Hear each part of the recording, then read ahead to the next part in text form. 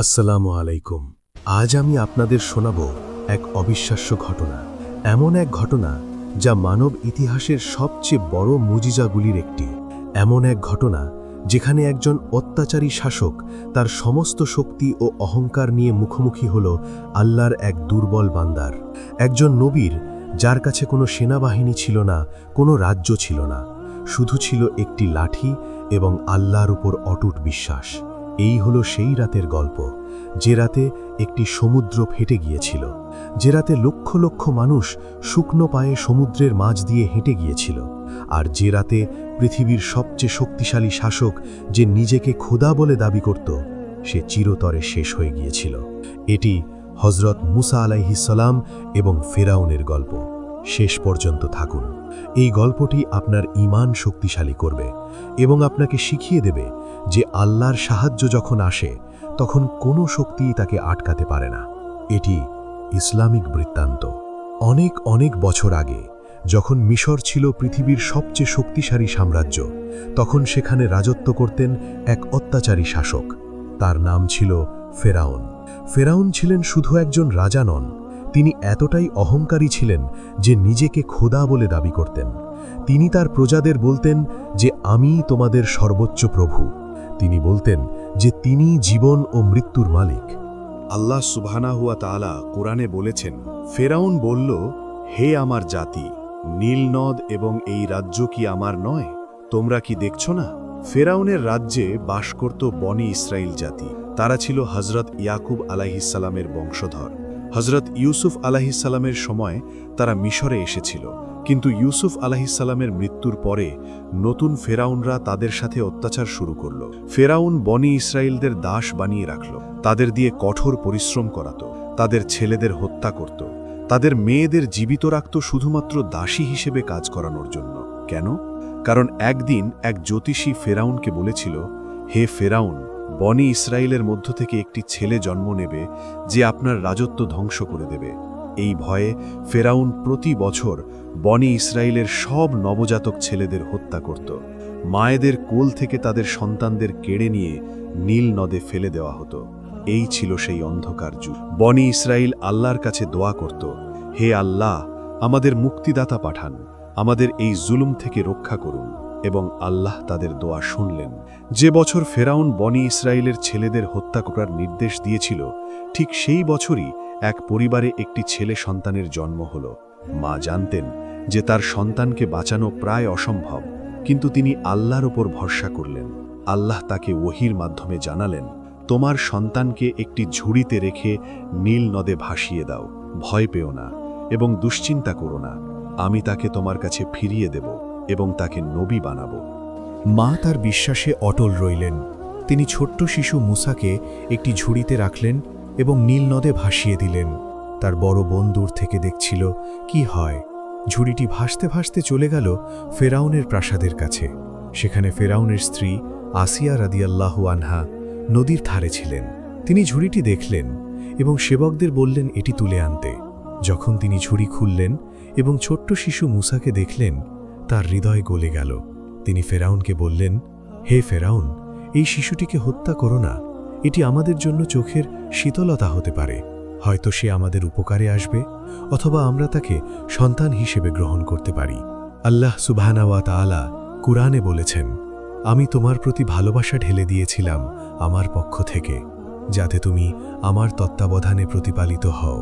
এভাবেই যে ফেরাউন বনি ইসরাইলের হাজার হাজার শিশুকে হত্যা করেছিল, সেই ফেরাউনের প্রাসাদেই মুসা আলাইহিস সালাম বেড়ে উঠলেন। যে শিশু একদিন ফেরাউনের পতন ঘটাবে, তাকেই ফেরাউন নিজের হাতে লালন পালন করল। আল্লাহর পরিকল্পনা কত নিখুঁত! মুসা আলাইহিস সালাম বড় হলেন ফেরাউনের প্রাসাদে। তিনি শিক্ষা পেলেন, শক্তিশালী হলেন, কিন্তু তার হৃদয়ে সবসময় ছিল বনি ইসরাইলের প্রতি সহানুভূতি।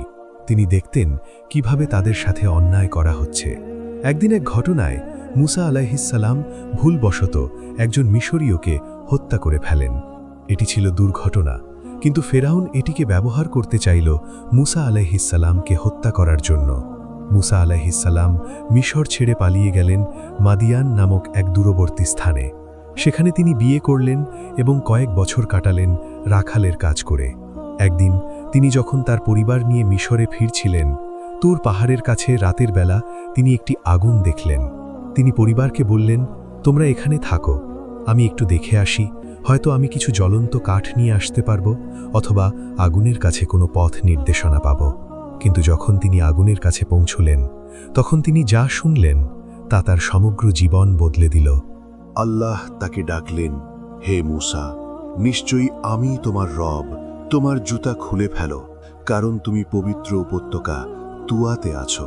আমি তোমাকে নবী হিসেবে মনোনীত করেছি। তুমি ফেরাউনের কাছে যাও, সে সীমা অতিক্রম করে গেছে। মূসা আলাইহিস সালাম ভয় পেলেন। তিনি বললেন, হে আমার রব, আমি একজন মানুষকে হত্যা করেছি। আমি ভয় পাচ্ছি যে তারা আমাকে হত্যা করবে। আর আমার ভাই হারুন, সে আমার চেয়ে ভালো বক্তা, তাকে আমার সাথে পাঠান।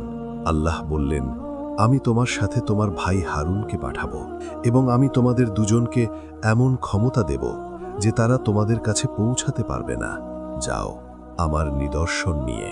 আল্লাহ মূসা আলাইহিস সালামকে দুটি মহান মুজিজা দিলেন, তার লাঠি যা সাপ হয়ে যেত এবং তার হাত যা উজ্জ্বল সাদা হয়ে যেত।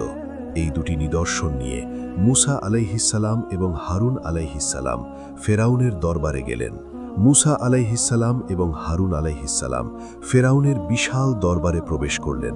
ফেরাউন তার সিংহাসনে বসেছিল, চারপাশে তার মন্ত্রীরা, জাদুকররা, সেনাবাহিনী। মূসা সোজা ফেরাউনের দিকে তাকিয়ে বললেন, আমরা সৃষ্টিকুলের রবের প্রেরিত দূত। ফেরাউন অহংকারের সাথে হাসল। সৃষ্টিকুলের রব, সে আবার কে? মূসা বললেন, তিনি আসমান ও জমিনের রব, এবং এই দুইয়ের মধ্যে যা কিছু আছে তার রব।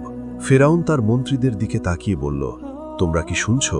তারপর সে মূসা আলাইহিস সালামকে বলল, তোমার রব যদি সত্যি এত শক্তিশালী হন, তাহলে কোনো প্রমাণ দেখাও। মূসা আলাইহিস সালাম তার লাঠি মাটিতে ফেলে দিলেন। সাথে সাথে লাঠিটি একটি বিশাল সাপে পরিণত হল। সেই সাপ এতটাই বড় ছিল যে দরবারের সবাই ভয়ে পিছিয়ে গেল।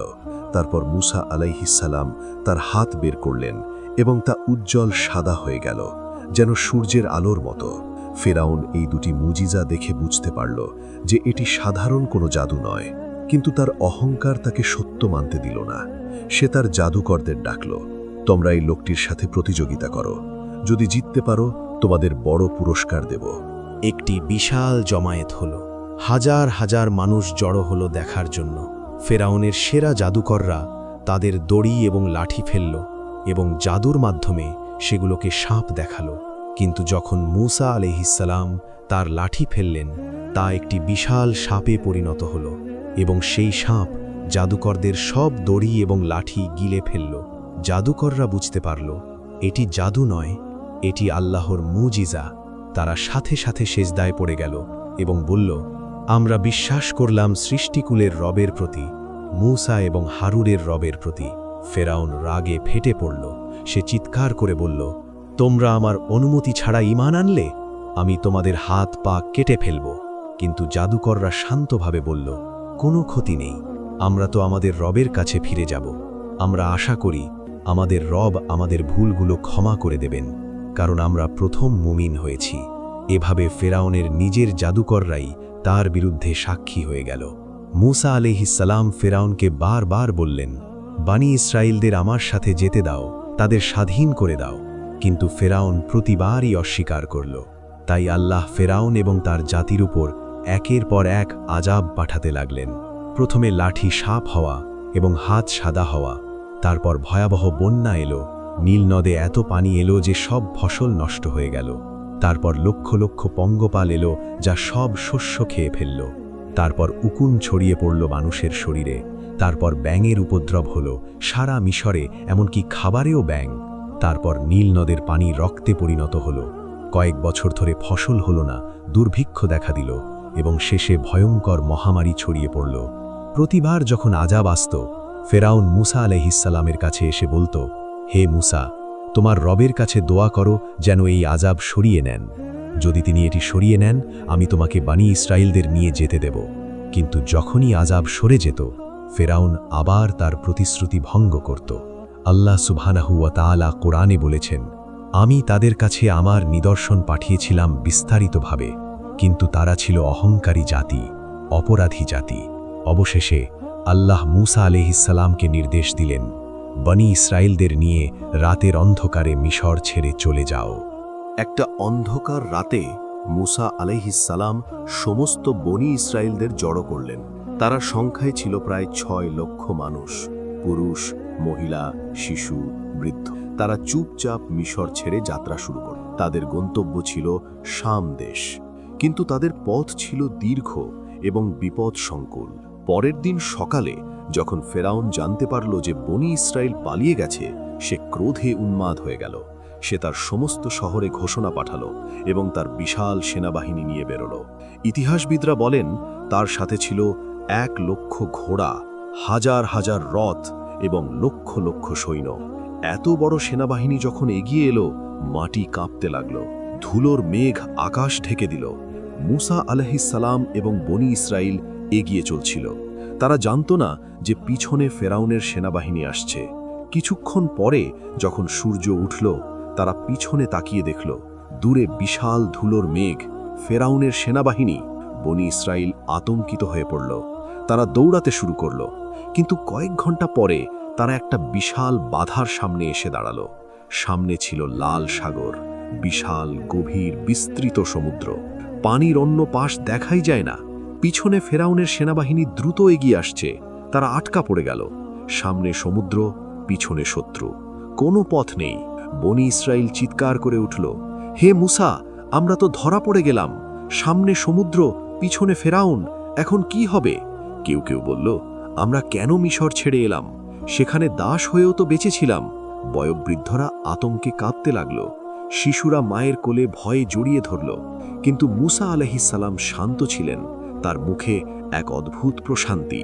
তিনি দৃঢ় কণ্ঠে বললেন, কখনো না, নিশ্চয়ই আমার সাথে আমার রব আছেন।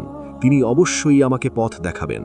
এই কথা শুনে অনেকের মনে সাহস ফিরে এলো, কিন্তু তখনও তারা দেখতে পাচ্ছিল না কিভাবে তারা রক্ষা পাবে। ফেরাউনের সেনাবাহিনী আরও কাছে এসে গেল।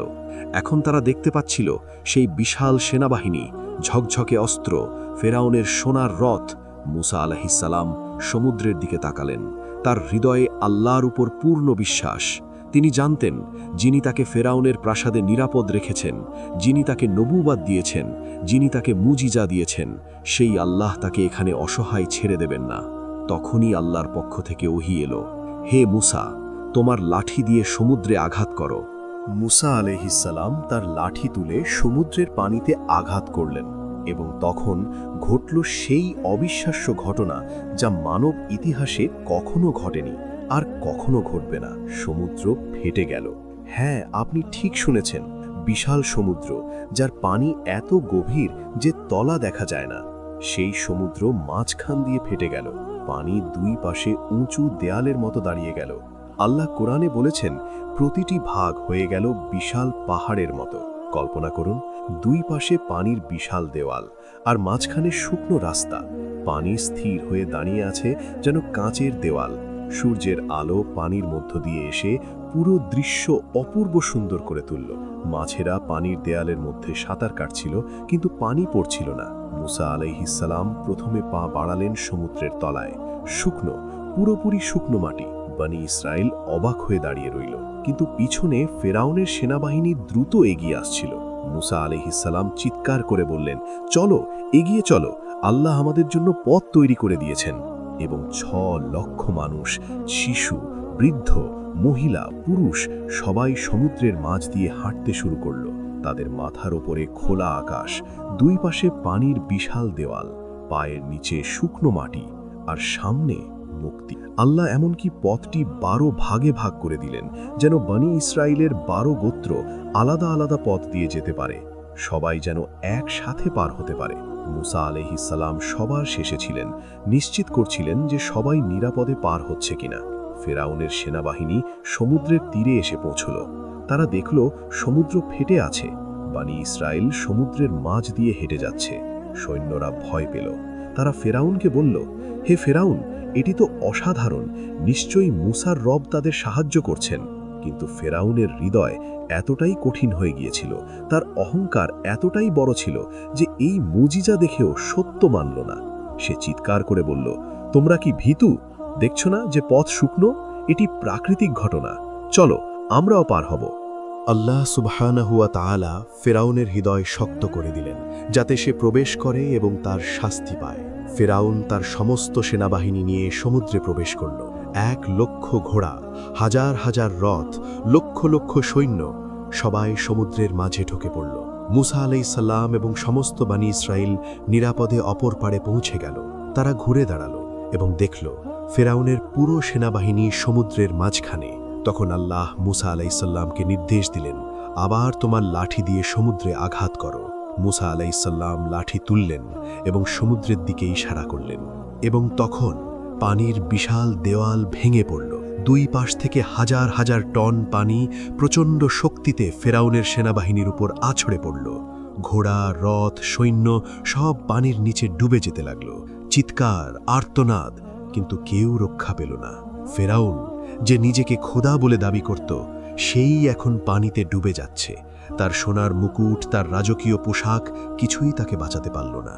আর ঠিক সেই মুহূর্তে যখন পানি তার মুখ ঢেকে ফেলছিল, যখন সে বুঝতে পারল যে আর কোনো উপায় নেই, তখন তার হৃদয়ে সত্য প্রবেশ করল। সে চিৎকার করে বলল, আমি বিশ্বাস করলাম নিশ্চয়ই সেই আল্লাহ ছাড়া কোনো ইলাহ নেই যার প্রতি বনি ইসরাইল বিশ্বাস করে। আমি মুসলিমদের অন্তর্ভুক্ত। কিন্তু তখন অনেক দেরি হয়ে গিয়েছিল। মৃত্যুর সময় তওবা কবুল হয় না। আল্লাহ তাকে বললেন, এখন? অথচ তুমি আগে অবাধ্যতা করেছিলে এবং বিপর্যয় সৃষ্টিকারীদের অন্তর্ভুক্ত ছিলে। আজ আমি তোমার দেহ রক্ষা করব, যাতে তুমি তোমার পরবর্তীদের জন্য নিদর্শন হতে পারো। এবং এভাবে ফেরাউন, যে পৃথিবীর সবচেয়ে শক্তিশালী শাসক ছিল, যে নিজেকে খোদা বলে দাবি করত, সে এক মুহূর্তে ধ্বংস হয়ে গেল। তার সমস্ত শক্তি, তার সমস্ত সম্পদ, তার সমস্ত অহংকার কিছুই তাকে বাঁচাতে পারল না। আল্লাহ সামনে সে ছিল শুধুই একটি দুর্বল মানুষ। অপর পারে দাঁড়িয়ে বনি ইসরায়েল এই পুরো দৃশ্য দেখল। প্রথমে তারা বিস্ময়ে হতবাক হয়ে রইল। তারপর একে একে সবাই বুঝতে পারল তারা মুক্ত, তারা বাঁচল। ফেরাউন চলে গেছে চিরতরে। আবেগে তারা কাঁদতে লাগল, কেউ খুশিতে, কেউ স্বস্তিতে, কেউ কৃতজ্ঞতায়। মুসা আলাইহিস সালাম সিজদায় পড়ে গেলেন। তিনি আল্লাহর শুকরিয়া আদায় করলেন। বনি ইসরায়েল তাদের বাদ্য বাজিয়ে আল্লাহর প্রশংসা করতে লাগল। তারা গান গাইতে লাগল আল্লাহর মহিমা ও শক্তির প্রশংসায়। কয়েকদিন পরে সমুদ্র ফেরাউনের লাশ তীরে ভাসিয়ে দিল। মিশরের লোকেরা তাকে তুলে নিয়ে গেল এবং মামি করে সংরক্ষণ করল। আজও হাজার বছর পরে ফেরাউনের মামি কায়রো জাদুঘরে রাখা আছে। মানুষ তাকে দেখে এবং শিক্ষা নেয় যে অহংকার এবং আল্লাহর বিরুদ্ধে অবাধ্যতার কি পরিণাম হয়। আল্লাহ তার প্রতিশ্রুতি রক্ষা করলেন। তিনি বলেছিলেন লাশ সংরক্ষিত থাকবে, এবং তাই হল। প্রিয় দর্শক, এই ছিল সেই মহান ঘটনা যে রাতে ফেরাউন শেষ হয়ে গিয়েছিল।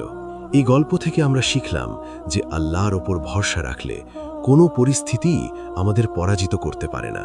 মুসা আলাইহিস সালাম যখন সমুদ্রের সামনে দাঁড়িয়েছিলেন, তখন তার কোনো সমাধান ছিল না, কিন্তু তার ছিল আল্লাহর উপর পূর্ণ বিশ্বাস। তিনি বললেন, আমার সাথে আমার রব আছেন।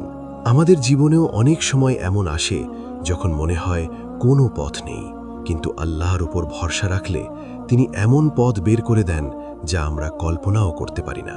আমরা আরও শিখলাম যে ফেরাউন তার শক্তি এবং সম্পদের কারণে অহংকারী হয়ে গিয়েছিল। সে ভুলে গিয়েছিল যে সব শক্তির মালিক আল্লাহ। আল্লাহ অহংকারীদের পছন্দ করেন না। কোরআনে আল্লাহ বলেছেন, নিশ্চয়ই আল্লাহ কোনো অহংকারী দাম্ভিককে পছন্দ করেন না। আমরা যতই জ্ঞানী হই, যতই ধনী হই, যতই শক্তিশালী হই, আমাদের সব সময় মনে রাখতে হবে যে আল্লাহই সবকিছুর মালিক। কে ভেবেছিল যে সমুদ্র ফেটে যাবে? কে কল্পনা করেছিল যে লক্ষ লক্ষ মানুষ সমুদ্রের তলা দিয়ে হেঁটে যাবে? আল্লাহর সাহায্য যখন আসে, তা এমনভাবে আসে যা আমাদের কল্পনার বাইরে। তাই কখনো আশা হারাবেন না। আর ফেরাউন সারা জীবন অবাধ্যতা করেছিল, কিন্তু যখন মৃত্যু তার চোখের সামনে এসে গেল, তখন সে ঈমান আনল। কিন্তু তখন আর কোনো ফায়দা নেই। আমাদের উচিত এখনই সুস্থ থাকা অবস্থায় আল্লাহর দিকে ফিরে আসা। অনেকে হয়তো বলবে, সমুদ্র ভাটা কিভাবে সম্ভব? এটি তো বিজ্ঞানের নিয়মের বিরুদ্ধে। হ্যাঁ, এটি প্রকৃতির স্বাভাবিক নিয়মের বিরুদ্ধে, কিন্তু এটাই তো মুজিজা। মুজিজা হলো এমন কিছু যা প্রকৃতির নিয়মকে অতিক্রম করে, শুধুমাত্র আল্লাহর ইচ্ছায়। যিনি প্রকৃতির নিয়ম তৈরি করেছেন, তিনিই যখন চান সেই নিয়ম ভাঙতে পারেন। মূসা আলাইহিস সালামের কাছে কোনো সেনাবাহিনী ছিল না, তার কাছে ছিল শুধু একটি লাঠি, কিন্তু তার সাথে ছিল সত্য এবং আল্লাহর সাহায্য।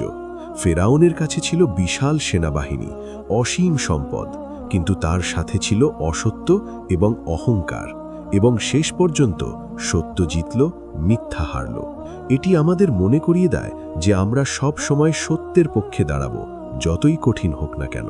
প্রিয় ভাই ও বোনেরা, আজ আমরা যে গল্পটি শুনলাম, এটি শুধু একটি ইতিহাস নয়, এটি আমাদের জন্য শিক্ষা, অনুপ্রেরণা এবং সান্ত্বনা। যখন আপনার জীবনে কঠিন সময় আসবে, যখন মনে হবে চারদিক বন্ধ হয়ে গেছে, তখন মূসা আলাইহিস সালামের কথা মনে করবেন। তিনিও এমন মুহূর্তে পড়েছিলেন, কিন্তু আল্লাহ তার জন্য পথ তৈরি করে দিয়েছিলেন। আল্লাহ কোরআনে বলেছেন, যে আল্লাহকে ভয় করে তিনি তার জন্য সমস্যা থেকে বের হওয়ার পথ তৈরি করে দেন এবং তাকে এমন জায়গা থেকে রিজিক দেন যেখান থেকে সে কল্পনাও করে না। আজকের এই গল্পটি যদি আপনার হৃদয় স্পর্শ করে থাকে, তাহলে আপনার পরিবার এবং বন্ধুদের সাথে শেয়ার করুন, যেন তারাও এই শিক্ষা থেকে উপকৃত হতে পারে। মনে রাখবেন, যত বড় সমস্যাই আসুক না কেন, যত শক্তিশালী শত্রুই থাকুক না কেন, আল্লাহ আরও বড়, আরও শক্তিশালী। সুবহান আল্লাহ। আল্লাহ কত মহান। এটি ছিল ইসলামিক বৃত্তান্ত। আমরা প্রতি সপ্তাহে আপনাদের জন্য নিয়ে আসি ইসলামের সত্য ও সুন্দর গল্প, যা আমাদের ঈমানকে শক্তিশালী করে এবং জীবনের পথ দেখায়। যদি আপনি এই ভিডিওটি পছন্দ করে থাকেন, তাহলে অবশ্যই লাইক বাটনে ক্লিক করুন, আপনার মূল্যবান মতামত কমেন্টে জানান এবং আমাদের চ্যানেলটি সাবস্ক্রাইব করুন এবং ঘন্টা আইকনে ক্লিক করুন, যাতে আপনি আমাদের নতুন প্রতিটি ভিডিও সবার আগে পান। পরবর্তী ভিডিওতে আমরা নিয়ে আসব আরেকটি অনুপ্রেরণামূলক ইসলামিক গল্প। ততক্ষণ পর্যন্ত আল্লাহ হাফেজ। আসসালামু আলাইকুম ওয়া রাহমাতুল্লাহি ওয়া বারাকাতুহু।